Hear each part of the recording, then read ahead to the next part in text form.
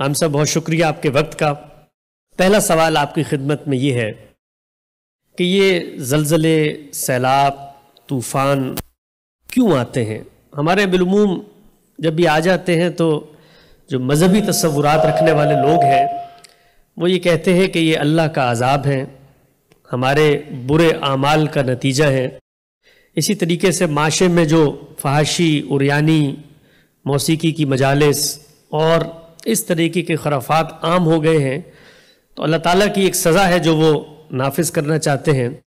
دوسری جانب ہم یہ دیکھتے ہیں کہ یہ جن علاقوں میں آتے ہیں وہاں پر غریب بستے ہیں۔ اللہ کی ساری نافرمانیاں تو اگر بادی نظر میں دیکھیں تو بڑے شہروں میں ہوتی ہیں، وہاں تو کچھ بھی نہیں ہوتا۔ تو سوال آپ کی خدمت میں یہ ہے کہ بتائیے گا، دین کو آپ نے ساری عمر پڑھا، قرآن مجید سے تعلق رہا، اللہ تعالیٰ خود کیا کہتے ہیں کہ یہ جو زمین کے اوپر اتنے بڑے پیمانے پہ ہلچل ہوتی ہے، ہزاروں لاکھوں لوگ بے گھر ہو جاتے ہیں، بچے، مائیں اور اسی طریقے سے بوڑھے لوگ بالکل بے آسرا پڑے ہوئے ہوتے ہیں، کیا چیز ہے جو عالم کا پروردگار اس سے دنیا میں دکھانا چاہتا ہے؟ یہ زلزلے، آفات ہو رہے ہیں، طوفان، عذاب ہیں، یا پھر کوئی اور پہلو ہے جس کی طرف ہمیں توجہ کرنی چاہیے؟ الحمدللہ رب العالمین، والصلاة والسلام علی محمد الامین۔ اعوذ باللہ من الشیطان الرجیم، بسم اللہ الرحمن الرحیم۔ خواتین و حضرات، میں آپ سب کا شکر گزار ہوں کہ آپ خالد رانا صاحب کی دعوت پر ایک نیکی کے بڑے کام میں شامل ہونے کے لیے جگہ جگہ سے سفر کر کے تشریف لائے۔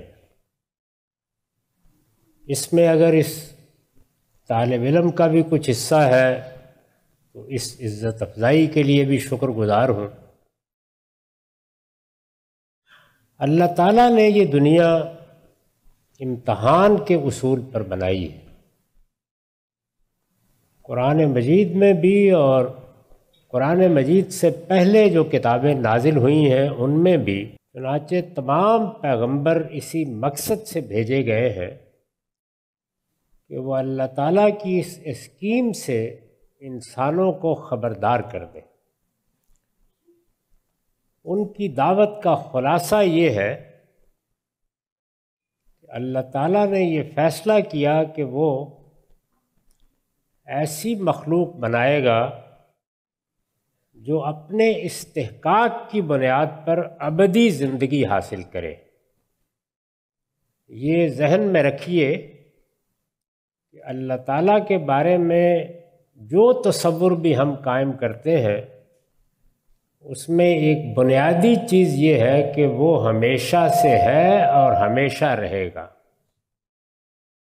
چنانچہ خود قرآن نے اس کو اس طرح بیان کیا ہے کہ هو الاول والآخر والظاہر والباطن۔ زمان و مکان کی حدود سے وہ بالا تر ہے، نہ اس کی کوئی ابتدا ہے نہ اس کی کوئی انتہا ہے، نہ اس کو کسی جہت میں بند کیا جا سکتا ہے، نہ وہ اوپر اور نیچے ہے۔ وہ اس کائنات کی ایک ایک چیز کا علم رکھتا ہے۔ وَهُوَ بِكُلِّ شَيْءٍ عَلِيمٌ۔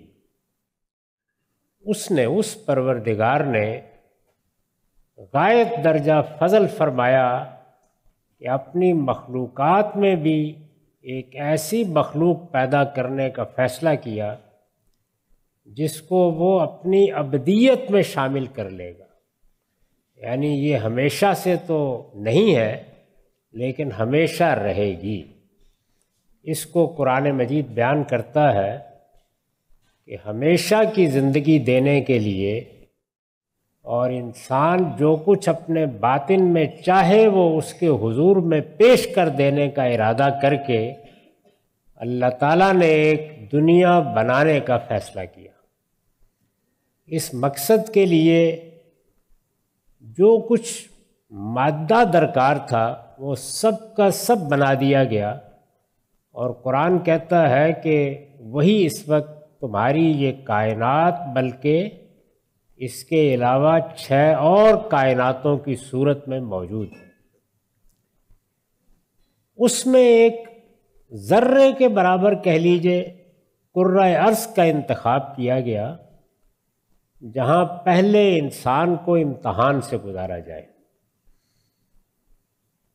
ابدی زندگی، خدا کا فردوس، اس کی جنت، وہ عظیم نعمت، عظیم آسائش، وہ ہمیشہ کی بادشاہی اللہ تعالیٰ نے فرمایا کہ انہی لوگوں کو ملے گی جو اس امتحان میں کامیاب ہوں گے۔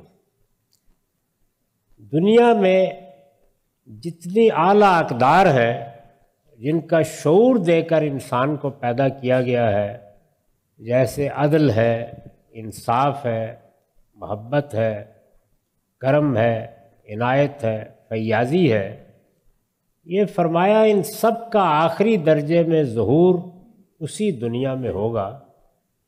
یہ امتحان کی دنیا عدل اور انصاف کے اصول پر نہیں بنائی گئی، امتحان کے اصول پر بنائی گئی۔ امتحان کے اصول پر اس دنیا کو بنا کر اس میں موت اور زندگی کے بار بار آنے کا قاعدہ بھی اختیار کر لیا گیا۔ اس کو قرآن مجید اپنے بے نظیر الفاظ میں اس طرح بیان کرتا ہے کہ خلق الموت والحیات لیبلوکم احسن عملا۔ اس نے یعنی اس پروردگار نے، زمین و آسمان کے خالق نے، زندگی اور موت کا یہ کارخانہ جس میں لوگ زندگی حاصل کرتے ہیں ایک مختصر مدت کے لیے اور اس کے بعد موت کے دروازے سے گزر کر دوسری دنیا میں چلے جاتے ہیں۔ خلق الموت والحیات، یہ موت و حیات کا کارخانہ فرمایا کہ اس لیے بنایا گیا ہے لیبلوکم ایکم احسن عملا، تاکہ اس کائنات کا پروردگار یہ دیکھے کہ کون اپنی عقل کے مطابق اچھا عمل کرتا ہے۔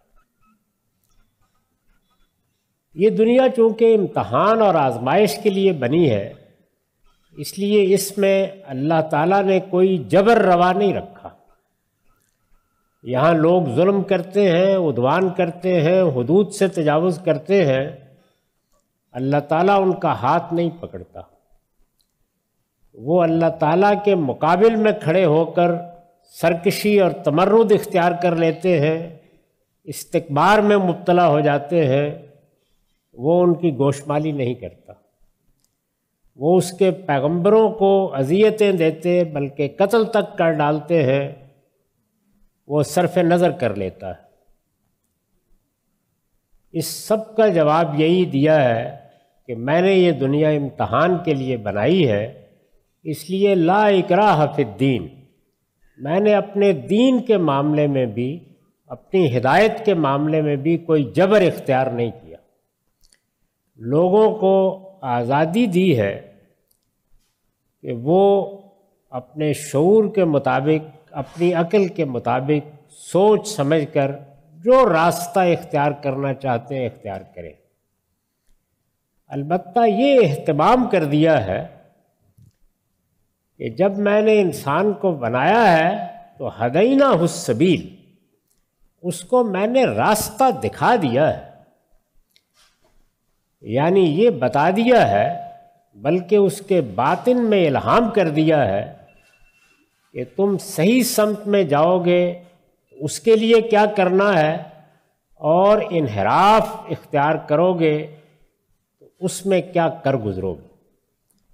اسی طرح یہ بھی عرض کر دوں کہ بڑی وضاحت سے اللہ تعالیٰ نے اپنی اس اسکیم کی بنیاد بھی واضح کر دی ہے، یعنی یہ بھی بتا دیا ہے کہ میں نے تمہیں اپنا شعور دیا، اور یہ بھی بتا دیا ہے کہ جب میں نے تمہارے نفس کا تسویہ کیا، اسے بنایا اور سنوارا، تو وہ نفس و ما سواہا فالہمہا فجورہا و تقواہا، جب میں نے تمہیں بنایا اور سنوارا تو تمہارے اندر، تمہارے نفس میں نے برائی اور بھلائی دونوں کا شعور بھی الہام کر دیا۔ اب اس کے بعد راستہ بھی واضح ہے، تمہاری فطرت میں نے اپنی ہدایت بھی الہام کر دی ہے، تمہیں خیر و شر کا شعور بھی دے دیا ہے، اور جس راستے کو تم اختیار کرنا چاہو اس کو اختیار کرنے کی آزادی بھی دی ہے۔ چنانچہ اب کیا قاعدہ ہے؟ اب یہ ہے کہ من شاء فلیؤمن من شاء فلیکفر، پوری آزادی کے ساتھ اس دنیا کی زندگی میں جس کا جی چاہتا ہے وہ حقائق کو مان کر میرا بندہ بن کر زندگی بسر کرے، اور جس کا جی چاہتا ہے وہ انکار اور استکبار اور سرکشی اور تمرد کو اختیار کر کے میرے راستے سے دور ہو جائے۔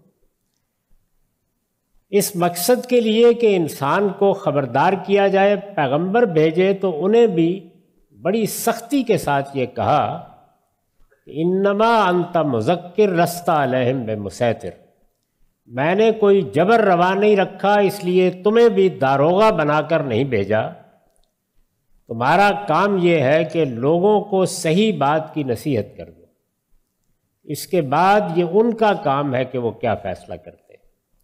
تو یہ دنیا اس اسکیم پر بنی ہے، یہ اسکیم 60 70 80 100 سال تک انسان کا امتحان کرتی ہے۔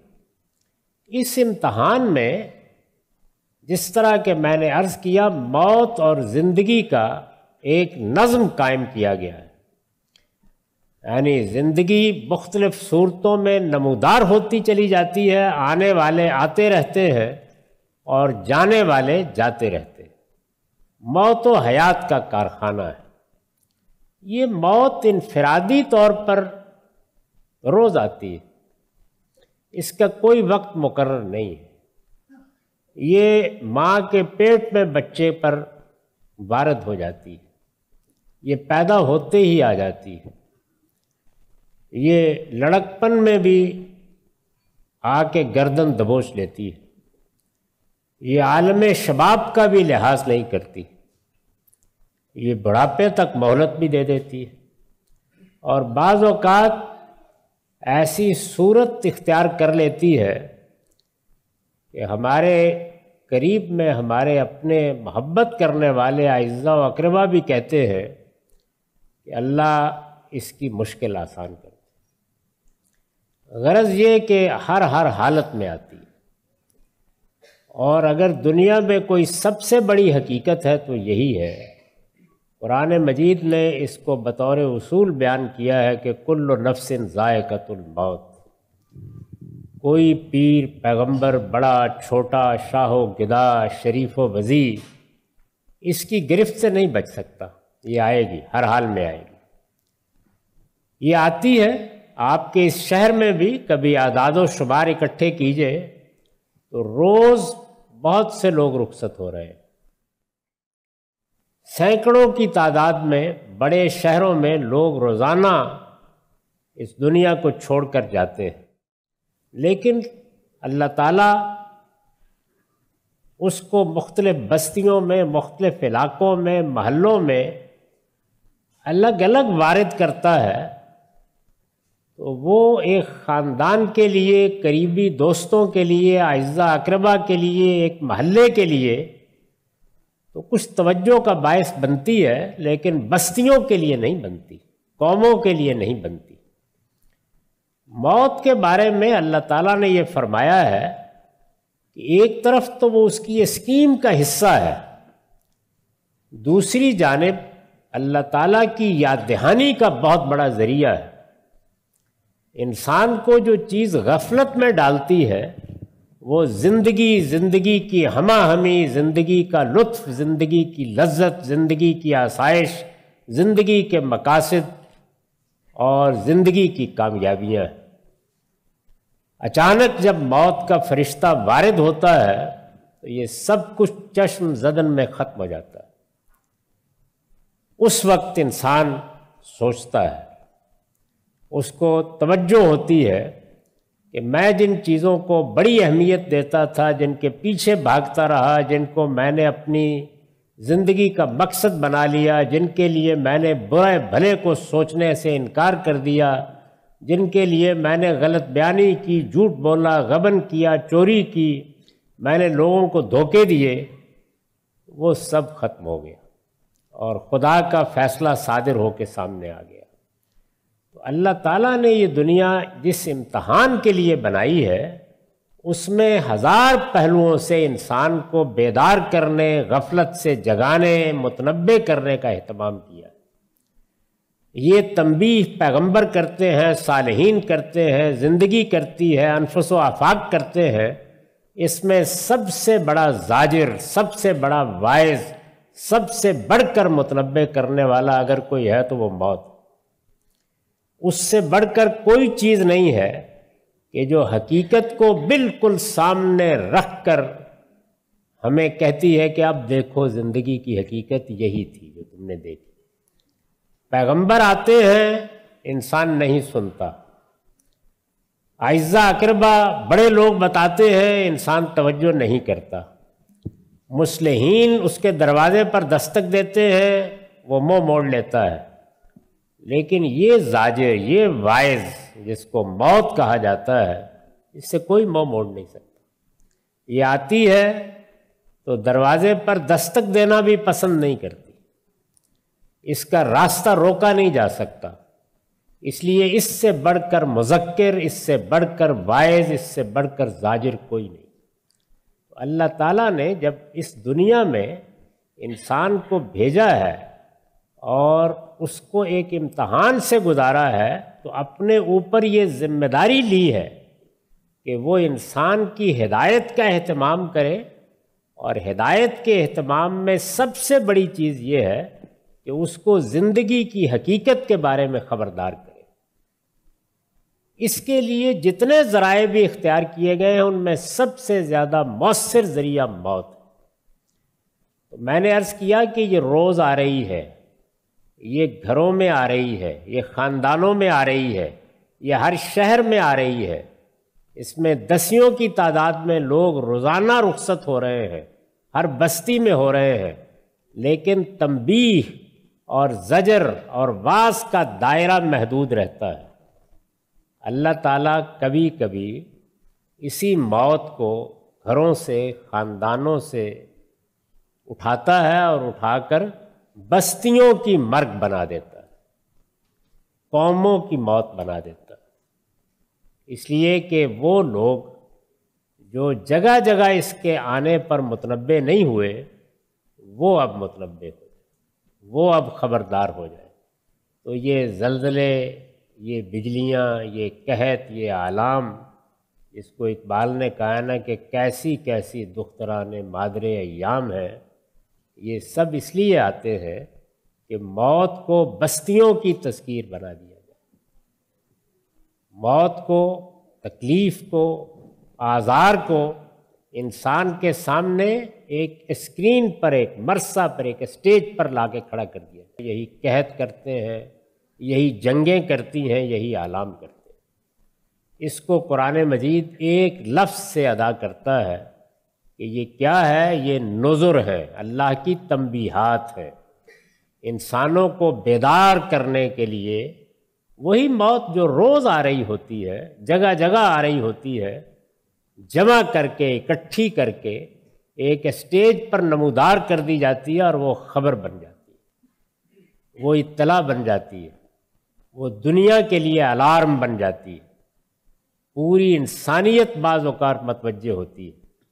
اسی کا ایک بڑا منظر عالمی سطح پر آپ نے دیکھا کہ کم و بیش 2 سال تک ایک بڑی وبا کی صورت میں پوری دنیا کے سامنے لایا گیا، اور اس انسان کو جو علم کے تکبر میں مبتلا تھا، تنبیہ کی گئی کہ ایک غیر مرئی جرثومہ تمہاری پوری زندگی کو، تمہارے آلات کو، تمہارے شان و شکوہ کو، تمہارے شاہوں اور گداؤں کو بے بس کر دے سکتا ہے۔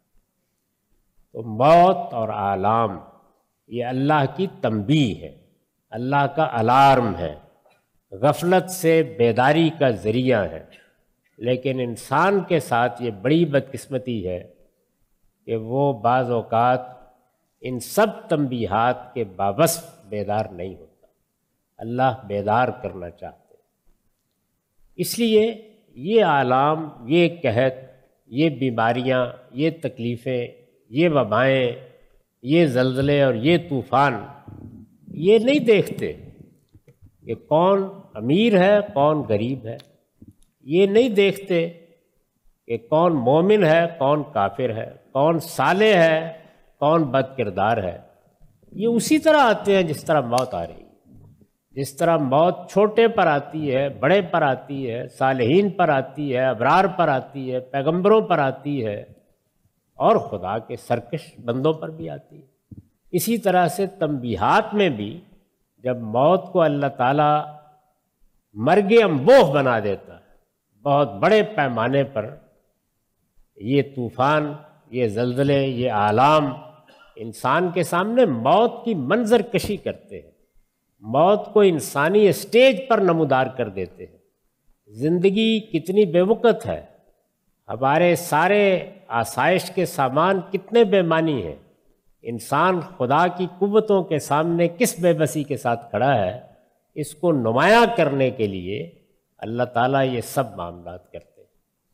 اس لیے تنبیہ اور نذر یہ اس کا مقصود ہے، یہ کوئی عذاب نہیں ہوتا۔ یہ بہت اچھی طرح سمجھ لیجئے کہ اللہ تعالیٰ کی طرف سے عذاب کا قانون بالکل الگ ہے، وہ قرآن مجید میں بیان کیا گیا ہے۔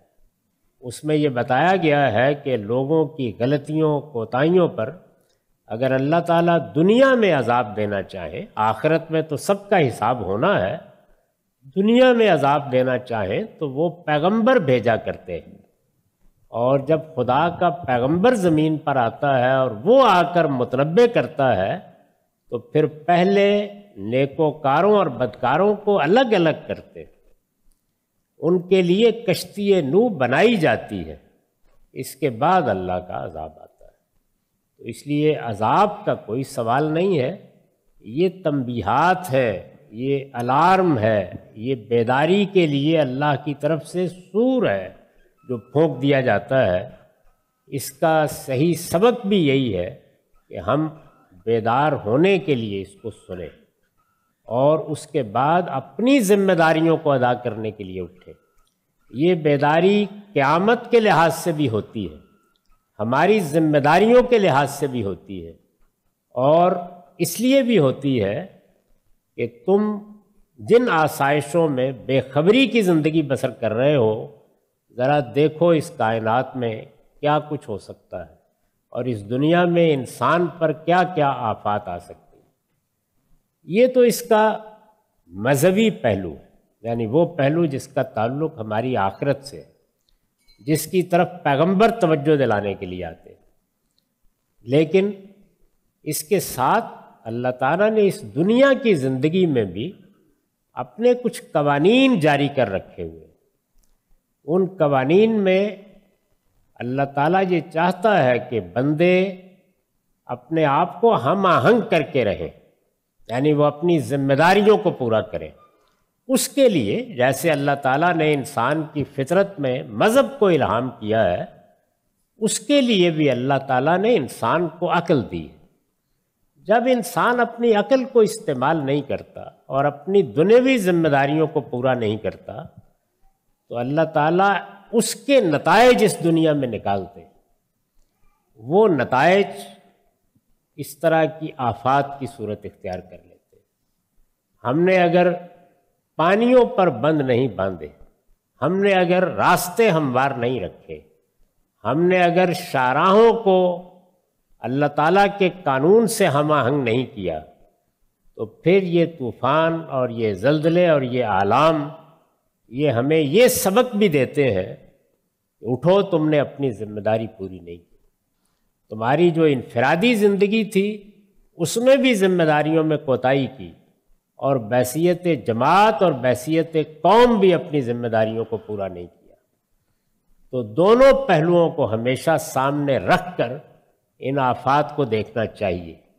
ایک یہ کہ یہ ہمیں توجہ دلا رہی ہیں کہ اس کائنات کا ایک خالق ہے، اور ایک دن ہم سب کو اس کی بارگاہ میں جواب دہی کے لیے پیش ہونا ہے، اور دوسرے یہ کہ کیا ہم نے دنیا میں جو اجتماعی ذمہ داریاں ہم پر عائد ہوتی تھیں وہ بیداری کے ساتھ ادا کی ہیں، ہم نے اپنی قوموں کو سنوارا ہے، ہم نے خدا کی دی ہوئی زمین میں اپنے لیے بہتر حالات پیدا کیے ہیں، ہمارے اوپر جو اجتماعی نظم کو قائم کرنے کے لیے اللہ تعالیٰ نے شعور کی چادر تان دی تھی، ہم اس میں چھپ کر تو نہیں رہ گئے، ہم نے فی الواقع اس سے اپنے زمین و آسمان کو دیکھا ہے۔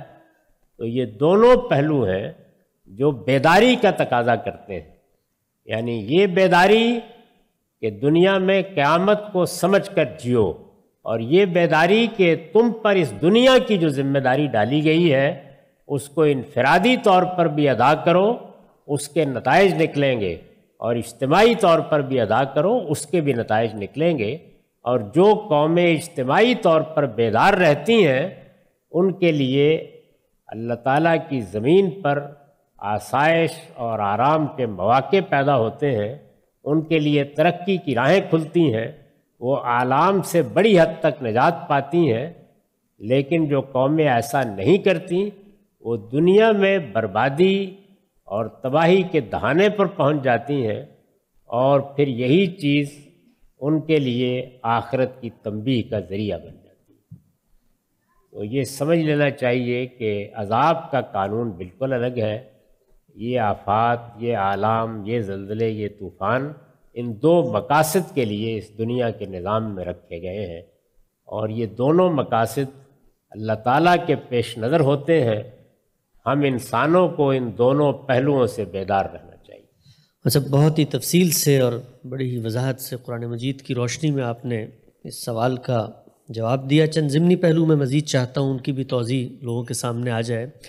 یہ بیان کیجئے گا کہ آج سے کچھ عرصہ پہلے تک ہم سنتے تھے جی جاپان میں بہت زلزلے آتے ہیں، اور اللہ کی ظاہری بات ہے، اس طرح آپ نے فرمایا کہ اس طریقے کے جو ڈیزاسٹرز ہوتے ہیں اس میں مقصود تنبیہ ہوتی ہے، نظر ہوتی ہے، یاد دہانی ہوتی ہے، موت کی طرف توجہ دلانا ہوتا ہے۔ لیکن انہوں نے اتنی ترقی کی، کنسٹرکشن کے معیارات کو تبدیل کیا، ابھی بھی وہی زلزلے ہیں جو جاپان میں آ رہے ہیں، لیکن اس کا کوئی نتیجہ مرتب نہیں ہوتا۔ اسی طرح ہم دیکھتے تھے کتنی ہی دنیا کے ممالک ہیں جہاں پر برس ہا برس سے سیلاب آتے تھے، بارشیں ہوتی تھی تو وہ ڈوب جاتے تھے، لیکن انہوں نے اس میں تبدیلی کی، ترقی کی، سائنس نے ان کی مدد کی، اب اس طریقے سے وہاں پر یہ چیزیں نہیں آتی۔ سوال آپ کی خدمت میں یہ ہے کہ اللہ تعالیٰ کی جو تنبیہات تھیں اللہ کی طرف سے آتی تھیں، تو انسان نے جب اپنے علم کے ذریعے ان کو روکنے کا بندوبست کیا تو پھر خدا کی طرف سے جو تنبیہ کا پہلو تھا وہ تو ہمیں پھر ایک جگہ پر فوت ہوتا ہوا نظر آتا ہے کہ اللہ تعالیٰ ایک کام کر کے تنبیہ کرنا چاہتے تھے، ہم نے اپنے علم کے ذریعے اس کو ریورس کر دیا، تو پھر اب تنبیہ کیسے ہوگی؟ دونوں پہلو ساتھ ساتھ چلتے ہیں۔ اللہ تعالیٰ کے ہاں تنبیہات کے ذرائع محدود نہیں ہیں، یعنی ہمیں یہ کرنا ہے کہ ہم اپنی حفاظت کا اہتمام کریں، یہ ہماری جبلت میں رکھا گیا ہے، اپنی اجتماعی ذمہ داریوں کو پورا کریں۔ اس سے دنیا میں ہمارے لیے آسائش بھی پیدا ہوتی ہے اور راحت کے دروازے بھی کھلتے ہیں۔ اسی سے ہم بہت سے آلام کا رخ موڑنے میں کامیاب ہو جاتے ہیں، دریاؤں اور طوفانوں کا رخ موڑ دیتے ہیں۔ یہ انسان کے باطن کا ظہور ہے۔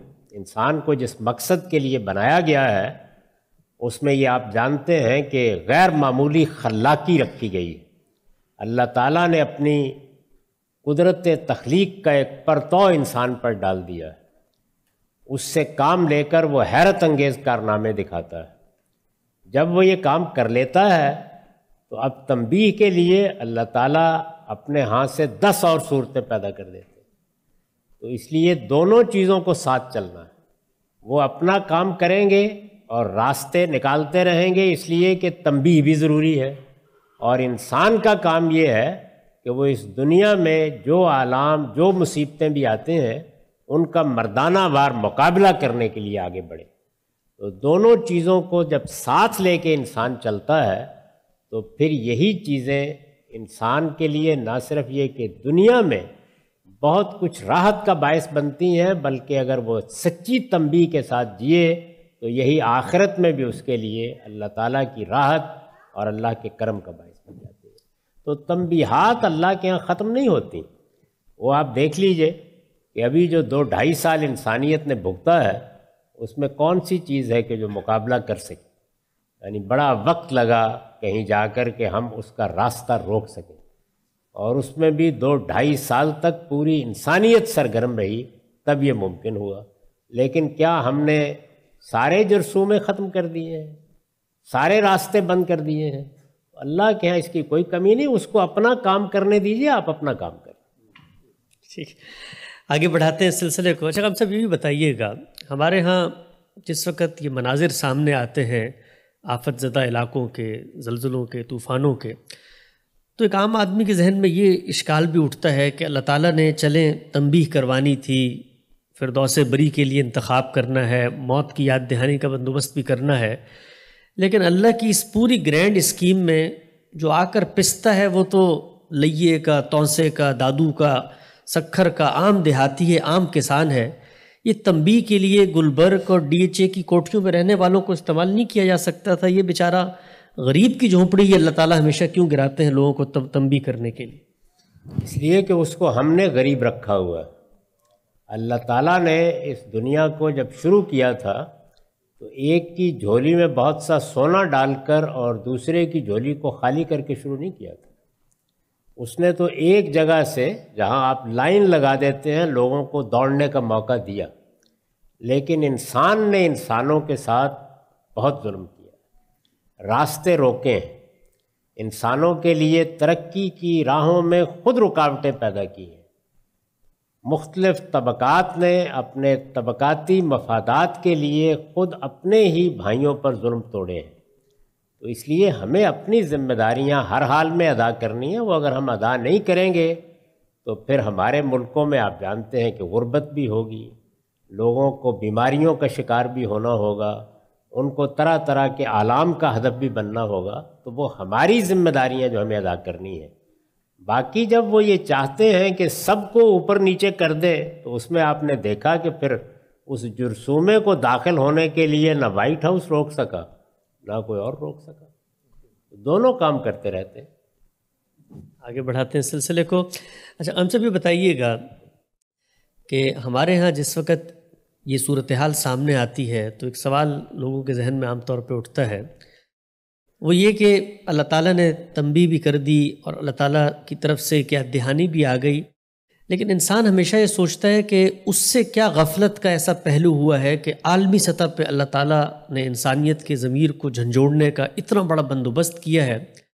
سوال میں آپ سے پوچھنا چاہتا ہوں کہ اللہ کی ناراضی کے اسباب کیا قرآن مجید ہمیں بتاتا ہے کہ کوئی ایسے پہلو ہیں جن کو انسانیت بطور انسان کے مشترکہ طور پہ جب بھول جاتی ہے، فراموش کرتی ہے، تب جا کر اللہ کی کوئی تنبیہ جو ہے متوجہ ہوتی؟ چونکہ موت تو بالعموم آئی رہی ہے، لیکن یہ جو بڑے پیمانے پر ایک تنبیہ اور تحذیر کا سلسلہ ہوتا ہے تو اس کا سبب کیا ہوتا ہے؟ یعنی ہماری طرف سے ایسے کون سے اعمال ہیں جن کے صدور کے بعد اس طرح کے معاملات ہوتے ہیں؟ اگر وہ ہمارے علم میں آئیں گے تو پھر ہم اس کو کوشش کر کے بہتر بھی کر سکتے ہیں.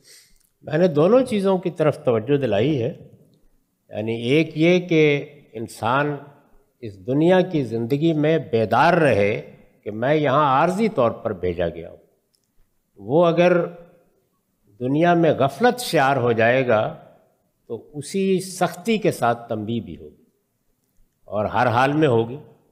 اس کے راستے اللہ کے ہاں 2-4 نہیں، 10-20 نہیں، ہزاروں ہیں، اور وہ مختلف طریقوں سے وہ تنبیہات نازل کرتا رہتا ہے.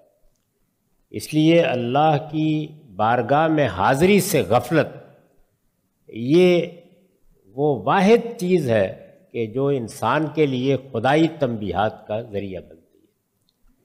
دوسری چیز کیا ہے؟ دوسری یہ کہ اپنی اجتماعی ذمہ داریوں سے غفلت. یعنی انسان کے اوپر صرف یہی نہیں ہے کہ وہ اپنی ذاتی ضروریات پوری کر لے، اپنے ذاتی مسائل حل کر لے. انسان اپنے وجود کے لحاظ سے جس طرح فرد ہے اسی طرح اجتماع بھی. میری قوم، میرا علاقہ، میرا ملک، جس طرح میرے اوپر انفرادی ذمہ داریاں ہیں اسی طرح میری اجتماعی ذمہ داریاں بھی ہیں. میں انسانیت کے لیے کیا کر رہا ہوں، میں اپنی قوم کے لیے کیا کر رہا ہوں، میں اپنے خاندان کے لیے کیا کر رہا ہوں، میں اپنے لیے کیا کر رہا ہوں. ان تمام درجات میں ہم بیدار رہیں۔ تو جب کبھی ہم اس میں غفلت برتتے ہیں تو اس کا نتیجہ نکلتا ہے، اور وہ نتیجہ تنبیہ بھی کرتا ہے اور ہمیں یہ بتاتا بھی ہے کہ اگر تم صحیح طریقے سے خدا کے قانون کے مطابق اپنی ذمہ داریاں ادا نہیں کرو گے تو اس کا نتیجہ اس دنیا میں بھگتنا پڑے گا۔ یعنی اجتماعی معاملات میں جب ہم کوتاہی کرتے ہیں تو اس کے نتائج اس دنیا میں نکلتے ہیں، اس لیے کہ قوموں کا محشر یہی دنیا ہے، اور انفرادی طور پر جب ہم غفلت شعار ہو جاتے ہیں تو اس کا نتیجہ آخرت میں نکلے گا، جہاں ہر شخص تنہا اپنے رب کے سامنے اپنے اعمال کے لیے جواب دہ ہوگا۔ وہاں کی جواب دہی کے لیے کیا کرنا ہے؟ تو اللہ تعالیٰ یہ کہتے ہیں کہ ان اللہ یامر بالعدل والاحسان وایتاء ذی القربی وینہی عن الفحشاء والمنکر والبغی۔ آپ نے ہر جمعے کے خطبے میں یہ آیت سنی ہوگی۔ عام طور پر مسلمان خطبہ اس کا انتخاب کرتے ہیں، اس لیے کہ خدا ہم سے کیا چاہتا ہے، یہ ایک آیت اس کا جامع ترین جواب ہے۔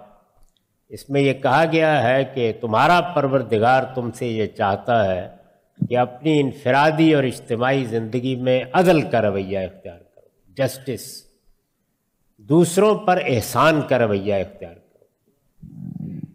صرف عدل نہیں، صرف انصاف نہیں، صرف برابر کی بات نہیں، اس سے آگے بڑھ کر ایثار اور احسان۔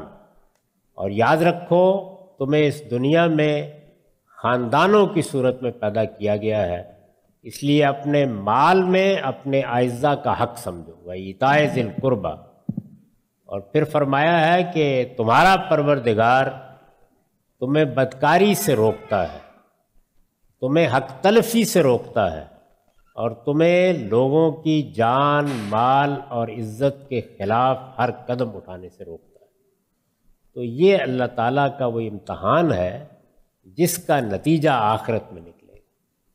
عدل کرو، اپنے اعزاء اقربا پر خرچ کرو، اپنے آپ کو حق تلفی سے محفوظ رکھو، لوگوں کی جان، مال، عزت کے خلاف کوئی اقدام نہ کرو، آخرت میں کامیاب ہوگے۔ اور اپنی اجتماعی ذمہ داریوں سے غفلت برتو گے تو یہی دنیا تمہارا محشر بن جائے گی۔ تبھی آپ نے واضح فرمایا۔ ہم سب آگے بڑھاتے ہیں سلسلہ گفتگو کو، چند اور مختصر سوالات ہیں، ہمارے پاس 10 منٹ ابھی باقی ہیں۔ یہ بتائیے کہ اس وقت گلوبل وارمنگ کے بارے میں بہت اویئرنیس کمپینز جاری ہیں، لوگوں کو بتایا جا رہا ہے، اور بڑے پیمانے پہ ہم دیکھ رہے ہیں کہ عالمی سطح پر جو موسمیاتی تبدیلی ہے اس سے سیلاب، اسی طرح سے یہ طوفان اور بارشیں، ان کی ناہمواریاں بھی سامنے آتی ہیں۔ بطور مسلمان ہم لوگ جب لوگوں کو دنیا کے مسائل کی طرف متوجہ کرتے ہیں تو بہت زیادہ ہماری جو دعوت کا عنوان ہوتا ہے وہ مسلمانوں کی محرومی ہے، مظلومی ہے، ہم یہ کہتے ہیں فلاں جگہ پہ مسلمان پسے ہوئے ہیں۔ لیکن جو گلوبل مسائل ہیں، جو عالمی مسائل ہیں، پانی کی کمی کا مسئلہ ہے، ہائیجین کا مسئلہ ہے، اسی طریقے سے گلوبل وارمنگ کا مسئلہ ہے، مسلمان اس طرف متوجہ نہیں ہوتے۔ اس کی کیا وجہ آپ کو لگتی ہے؟ اور یہ بھی بتائیے گا کیا دینی لحاظ سے مسلمانوں کی یہ ذمہ داری ہے کہ وہ محض اپنے ذاتی ضروریات، اپنی علاقائی ضروریات سے آگے بڑھ کے گلوبلی سوچیں اور وہ چیزیں جو پورے کے پورے عالم کو امپیکٹ کر رہی ہیں اس میں بھی بہتری لانے کے لیے اپنے جو بھی مسائل ہیں ان کو بروئے کار لے کر آئیں؟ یہ میں نے ابھی یہ عرض کیا کہ ایک میری آپ کی دینی ذمہ داریاں ہیں، وہ میں نے قرآن مجید کی اس آیت کے حوالے سے بیان کر دیا۔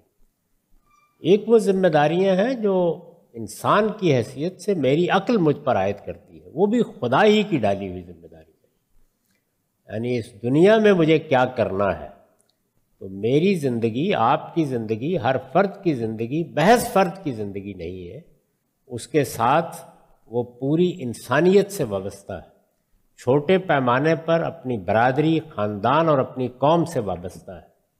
تو مجھے بھی، آپ کو بھی، ہر انسان کو صرف فرد کی حیثیت سے نہیں جینا۔ ہم جنگل میں پیدا نہیں ہوتے، ہم معاشرے میں پیدا ہوتے، اس لیے پوری انسانیت کے مسائل ہم میں سے ہر شخص کے مسائل ہونے چاہیے۔